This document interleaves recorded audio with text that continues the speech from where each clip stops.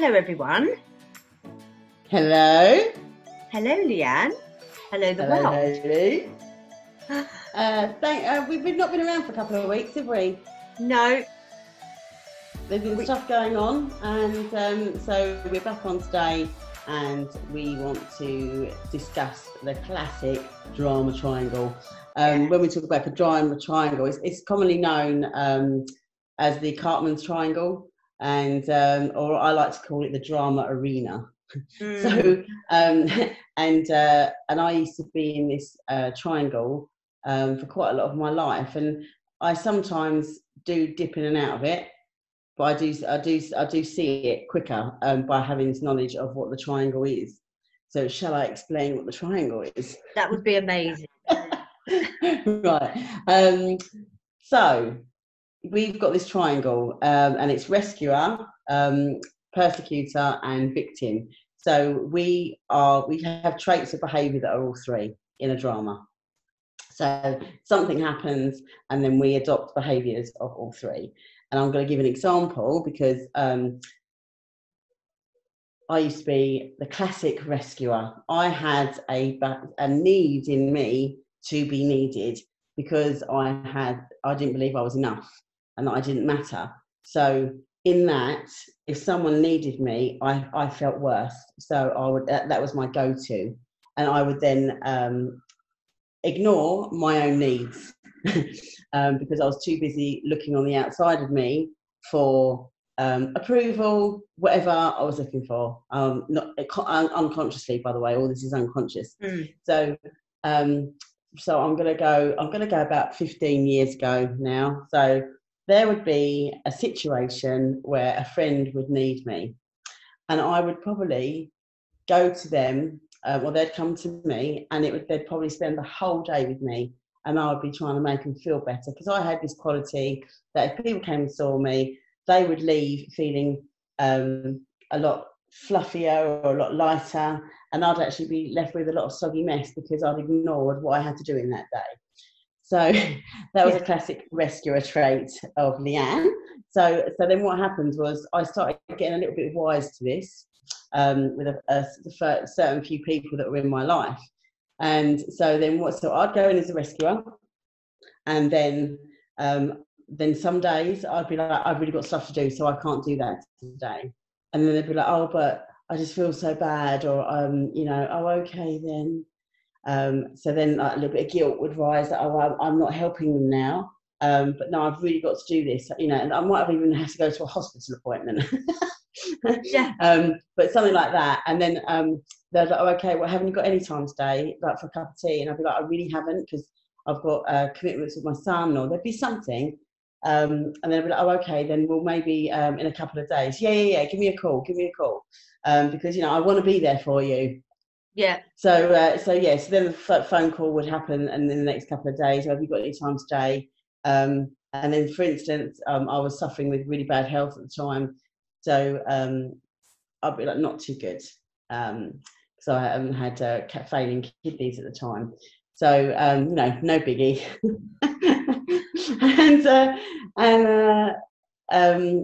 So then I would be too poorly, or something would happen, and then I'd find that the behaviour in them would start getting a little bit narky, a little bit kind of like, oh, all right then, is it something I've done? And I'd be like, no, nothing you've done. And then they'd be like, well, it's just that, I've had a really rough week. So they've become the persecutor. They're persecuting me for not being there for them. So then I would quickly go into victim. Very quickly. Well, I'm sorry, but I've been really poorly, and blah, blah, blah, blah. Yeah, but you're always there for me normally, and then this time you're not there for me.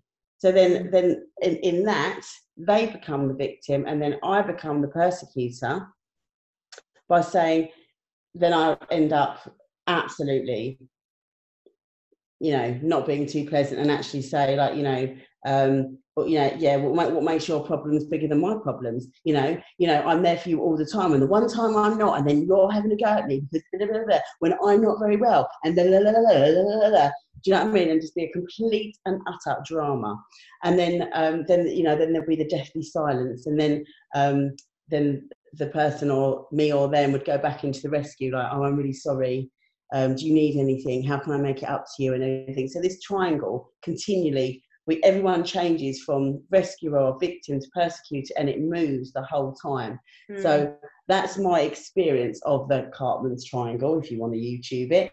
And it was once I learnt this triangle, I could see my part in it all the time. So it's just, but my advice to people would be, I mean, it happens with parents, children, because as soon as that rescuer had started, when I started doing work on myself, and seeing that I was such a classic rescuer, I was just so needy in being needed. Oh God, it's exhausting even thinking about it. So yes, it was so exhausting. Poor me.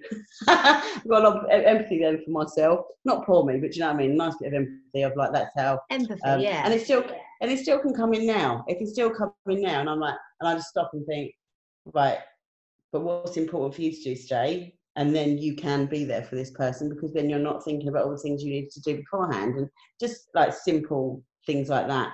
So my advice to anybody in the persecutor, victim, rescuer drama triangle is, I see it now as an arena. You know, I have like a visual thing of a gladiator arena, with two, and I'm just like, just sit on the sidelines and be the observer and stay out of the drama arena. Run away, and just like not be afraid. And once you start putting boundaries in your life, and learning to say no, it's not convenient for me, and being true to yourself, you find that less and less drama enters your life because those boundaries are put in place. Now's not a good time for me, but I have got a little bit of time on whenever, and just so that it's really because it affects your balance of life when you're caught in a lot of drama. Definitely, balance of life just goes isn't it? Completely. So what's your experience, Hayley? As you're talking about it, it was just like you remember that world. Horrible, isn't it? Oh, so how I started was like a bit similar to you. I would always get my worth met by helping others, and if I didn't help them, I would feel I'd failed. This is my thing. I'd feel like I failed. That I've got to help them because they can't do it themselves. That kind of. But as soon as somebody, and my thing's solution, isn't it? Yeah. Not so much now. So as soon as someone would bring this, like, oh my God, this, and I'd be like, oh look, I've got to do so much here, so much work. This is going to take up so much time and energy. But so I'd go into rescuer, and do you know what? I would get quite quickly into persecutor. So I'd be very much like this person. It's quite controlling actually when you're in this, because you're rescuing this person. It's like they owe you something. So you've been there all day for this person. Yes. And the next day they're feeling amazing, and you're like dead. Yeah. You might have a guess. Like, first of all, it's like, yes, I helped that person. But not long after, you're feeling like drained. So the next day you see this person who's feeling amazing, and then you see they don't want to know you. They're out having fun. You've not been invited. And you're like, hang on a minute, you owe me something here. I was there for you. So I was quite quickly in persecutor, but then I went straight into victim. But if I say something, they won't want to know me anymore. Yeah. Oh no, they won't want to know me. I've got to keep my mouth right. I can't not have them in my life. So I'd dip like quite quickly into all of them, here, there. And then so I'd be feeling all this stuff, and then they come to me and say, oh my God, I'm having a bad day again. What do? Go straight back into rescuer.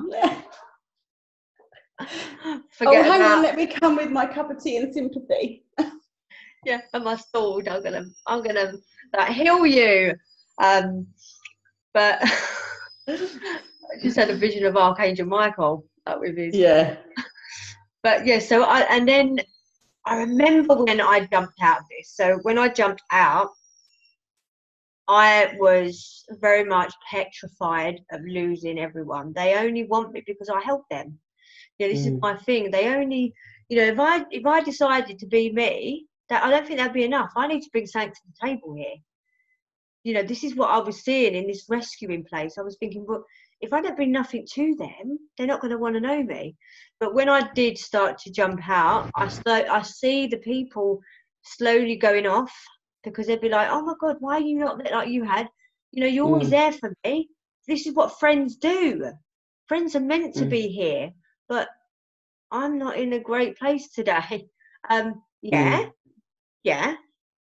And, you know, I've been there for you before. You should be there for me. And so people slowly dropped off out of my life. And then what happened? I started to meet new people that were very much didn't want to be rescued. They just wanted, you know, you could empower people. I say support. If you want to support someone. I had a client recently said, "Do you know this drama triangle?" She said.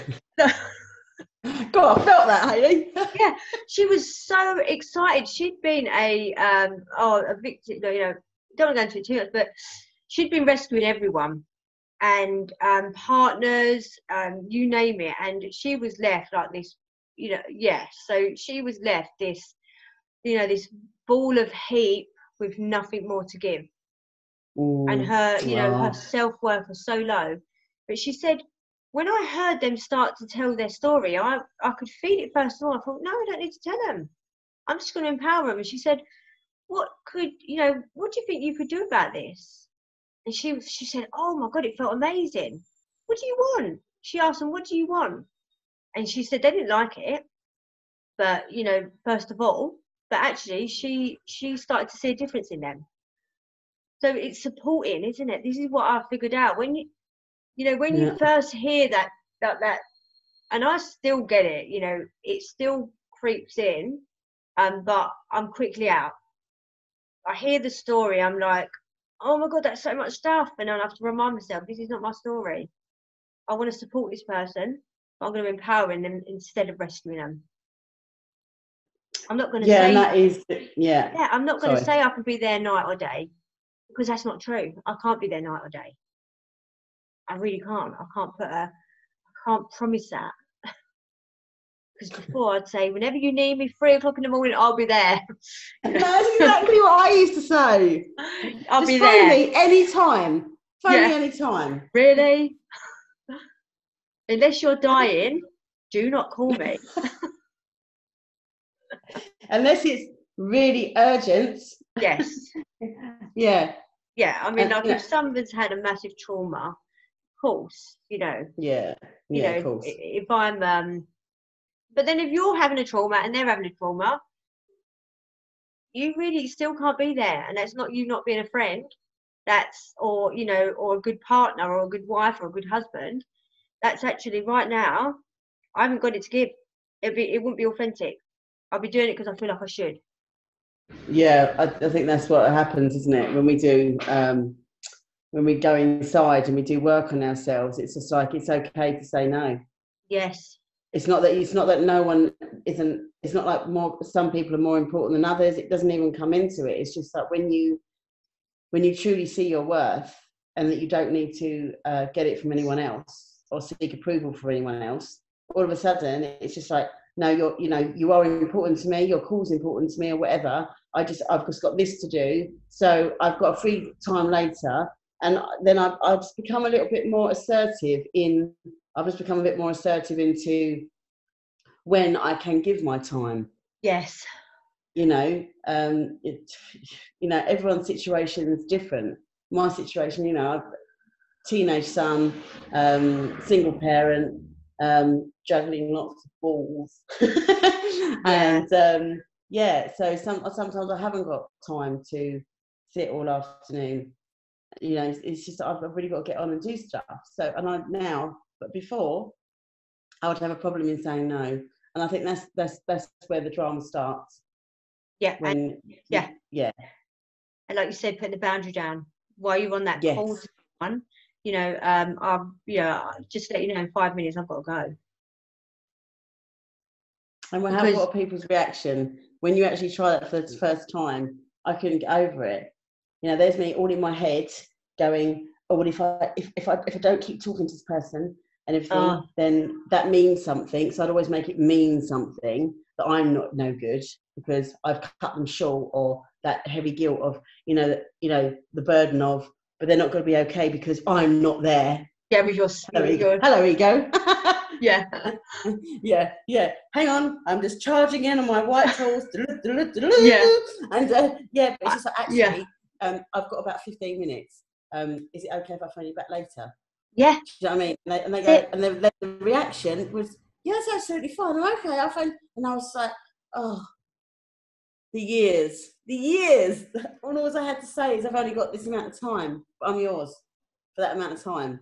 It's just, the communication comes back in. Everything weaves, doesn't it, with behaviours. The communication, all you have to do is open your mouth, Leanne, and say kindly, like, not now, but I can later. That's what I had to say. But to some people, I think some people, then you got the other side was like, oh, what do you mean? Some people couldn't accept that. So when you said it to certain people, they'll be like, yeah, of course. But then you've got the other side of the coin, and they're very much, oh, but I need you. Well, you can't. I need you. You can't come to the phone. Oh, you need me. But it was pressure. It wasn't any worth anymore. It was pressure then. And did you ever get to that place in victim where you'd be like, I help everyone, and no one helps me? Oh my God. Serious. The self-loathing, the self-pity of, I'm there for everyone. And no one. And I do it like a drama, like a play, but it wasn't funny at the time. No. It really wasn't funny at the time. It was dark. It was really dark, and a lot of suffering going on. But I'm just not putting boundaries in. I didn't have any boundaries. I'd let people walk all over me. I'd make them feel better. This is relationships, everything. When you come back to it's the taking and the giving, isn't it? When you have people that take all the time, and it's so innocent in both parties, you don't see it at the time, but you look back. But this is where it comes back to, it's a two-way street. If I'm there for you, people I've got in my life now, I really feel for the first time in my life, I have my tribe. I know who I can rely on. I know the fair exchange in relationships, and it's a really healthy place to be. And I think, finally, I've got the people around me are my tribe, and they're the people that it's always an equal give and take. And if it's not, I don't seem to have as a problem in saying something, whereas before I would say nothing. Yeah. So, because you value each other. That's the difference. You don't expect. No. Because I remember when, there's going to be certain people that think, hang on a minute, most of my friends are like this. And most of mine were like this. And it was very much, I need to, or the people in my life even, but I don't think that I'll ever meet anyone else, like friend-wise or relationship. So I need to stay here. That fear comes in. But with your tribe now, did you have to go and find them, or did it all become naturally? It was all natural. No, it all just, as I evolved, as I started to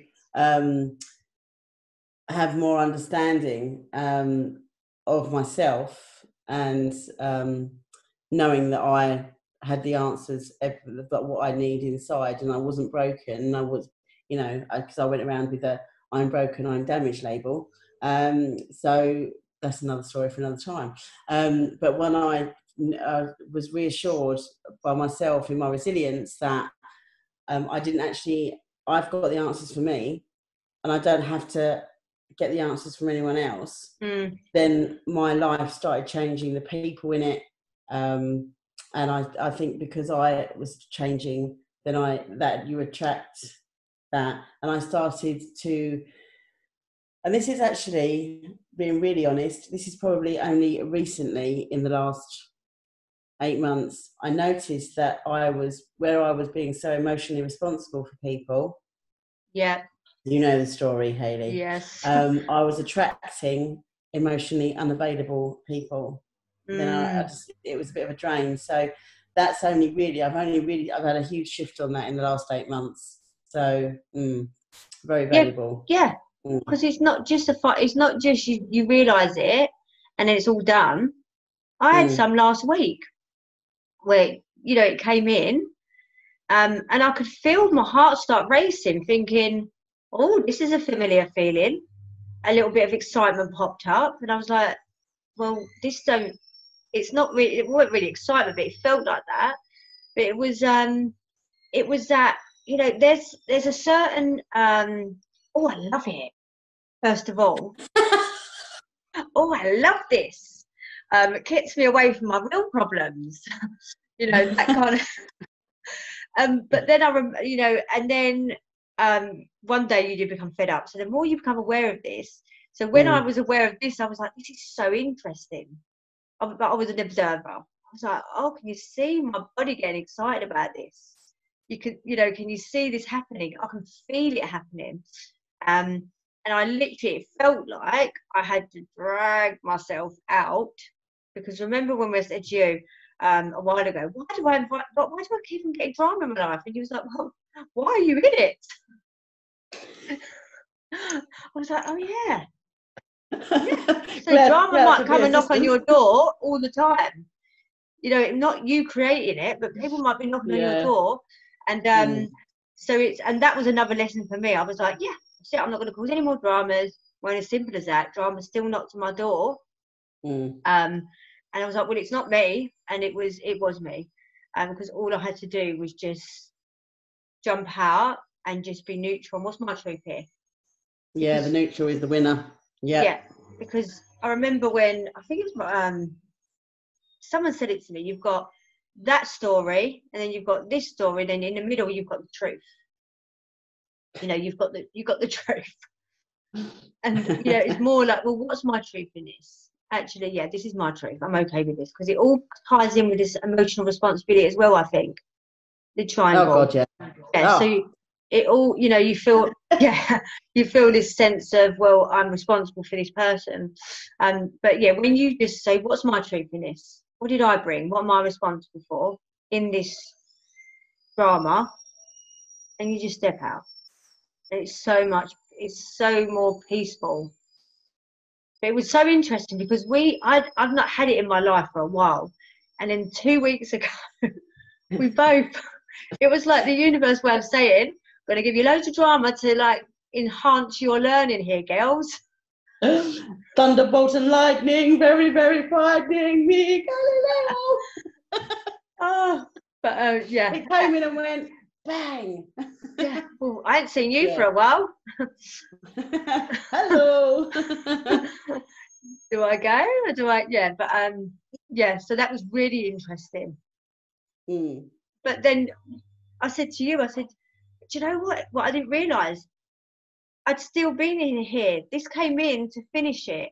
I'd still been in here so I'd been there for years, but I wasn't in. You know that, I don't know, like the victim. I've been there for years and the persecutor, but I wasn't even aware. There was not drama happening around me. But I held on to it. Yeah. Yeah. So it was like that come in to say, right, girls, or for you, for me, you know, this is it now. Let's put it to bed. Yeah, and it's not to say that, you know, playing the game of life, it's not to say that drama doesn't happen or stuff doesn't happen. You don't get to like a place of, you know, whatever. It kind of comes and goes. Yeah. But you're just more aware when it's going on and how you show up. All you've got to do is being your true self is the answer to everything for yourself. So when when stuff's going on, you know, when drama is happening, you become less reactive. You become more, you respond to stuff, not go and react to it, because you can see yourself in that moment. And when you do see yourself and you say you are persecuting or reacting or whatever is going on for you, I just clear it up a lot quicker, because I just own it so much more quicker now. Because, you know, stuff does happen, drama is created, but I just don't be amongst it as much. I don't seem to, you know, and something happens, say there's something going on. I could use an example, but I don't think it's appropriate. Say there's something going on, and it happens, and then what I find, it's not until after that I think, oh, and I see how I showed up in that. Yeah. And then it's just gone. That little episode has gone out of my mind, and I'm just not thinking about it, because I'm not then focusing on that, whatever that was, and rerunning it and distorting the story of what just happened, and then losing my peace of mind in that drama. That isn't that going on anymore. Yeah. You know, it's finished, it's gone. So now I just seem to go back into neutral a lot quicker when there are stuff arising and falling, and, you know, so, you know, just, it's so helpful. It's so helpful. It was really helpful. That was a massive moment for me when I actually saw that I was the classic rescuer. That helped me immensely. Just even knowing that really helped me. So, and it just comes back to self-worth, knowing that you're enough. And stuff happens. I've nearly swore then. Being real, keeping it real. Stuff happens. The same word begins with S. stuff happens in life, but it's just how we show up in it. When you show up with more kindness and compassion, there's less drama. There really is, you know, and recognizing the innocence in yourself and others is such a cooler way to live life. And and it does all happen so naturally when you start realizing all this stuff, and you have insights and realizations, and then you start to actually see, and then you attract, and people start coming in your life, and just you know, and then you're like, oh, that, you know, and they're really, they're people that want to help, and they're people that you can help, and then that exchange happens, and it's just such a nicer way to be. It really is. It's such a nicer way to be, you know. I just so I've got nothing to add on that, actually. It's all very beautiful. Well, you know, when you said about being innocent, I'm just really mindful then that if I was watching this when I was in it, I think I would have had this thing that come up. Oh my God, that's me. I must be a bad person. I want to clear this up for people, because there's going to be people that get it, but I think there's going to be people that might take it, I'm a bad person, I'm in that drama triangle. Look, yeah, I don't. Do you know? Like, this is what I was just getting into my head, but I was in all three. I was persecutor, I was victim, I was, you know, rescuer, and it's not. It's because that's all you knew. It's all from innocence, isn't it? If you're persecutor, I think that's fear.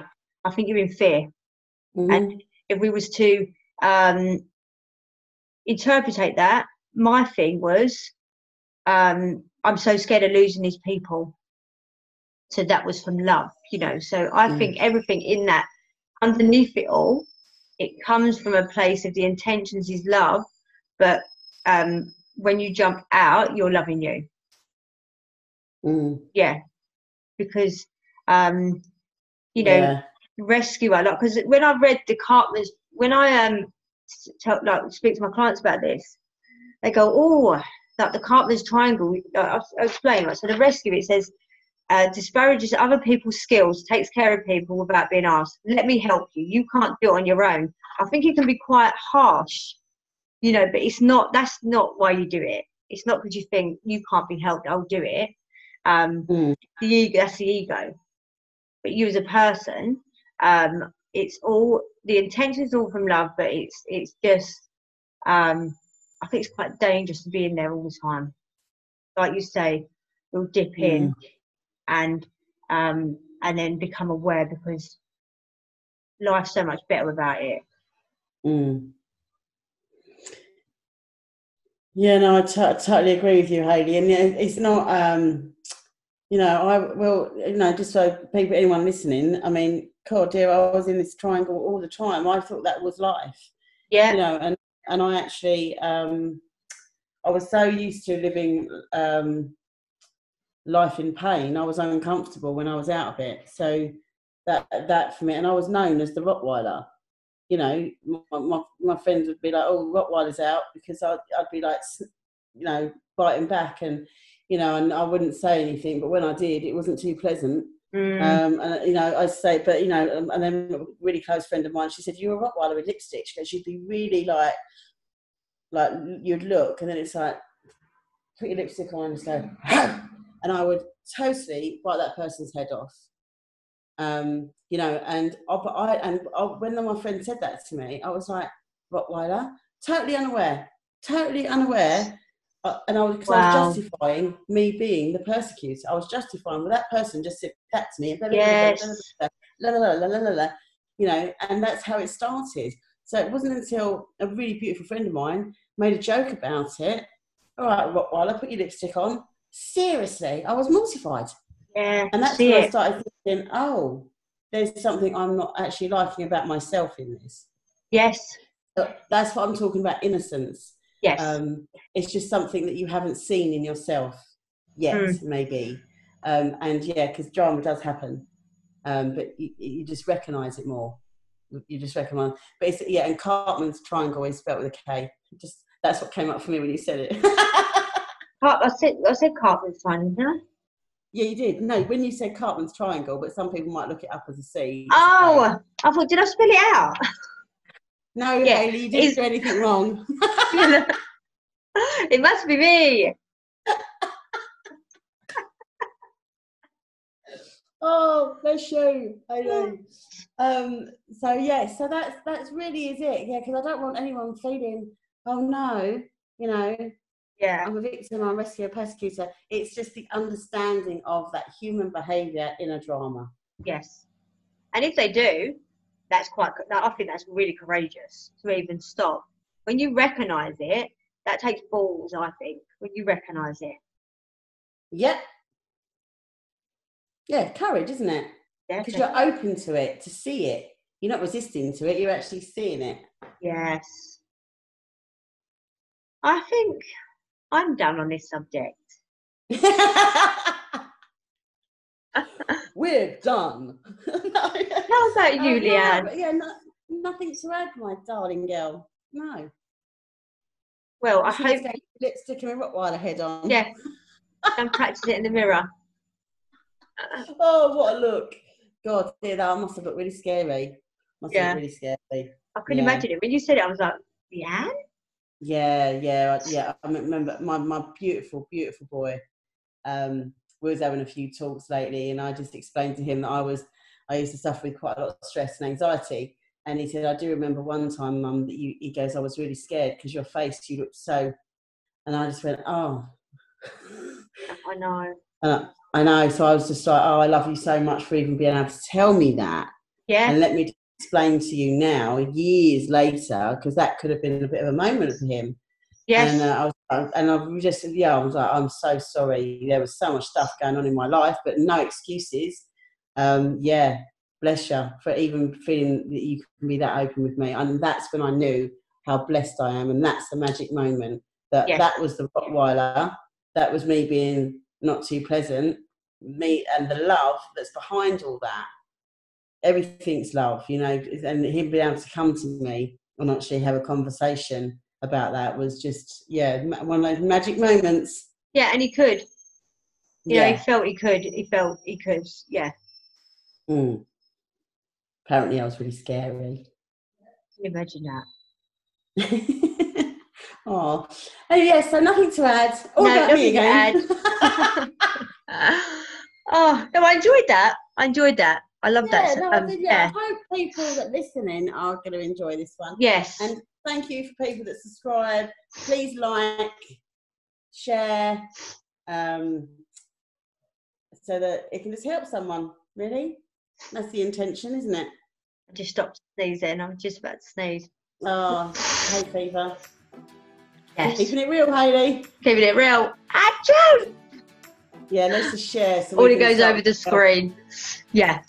But Leanne, you enjoy your Sunday, and I hope everyone else enjoys their Sunday, or it might be early as a Monday. I don't know.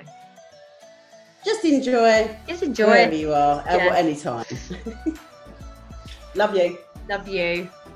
Bye, darling. Bye.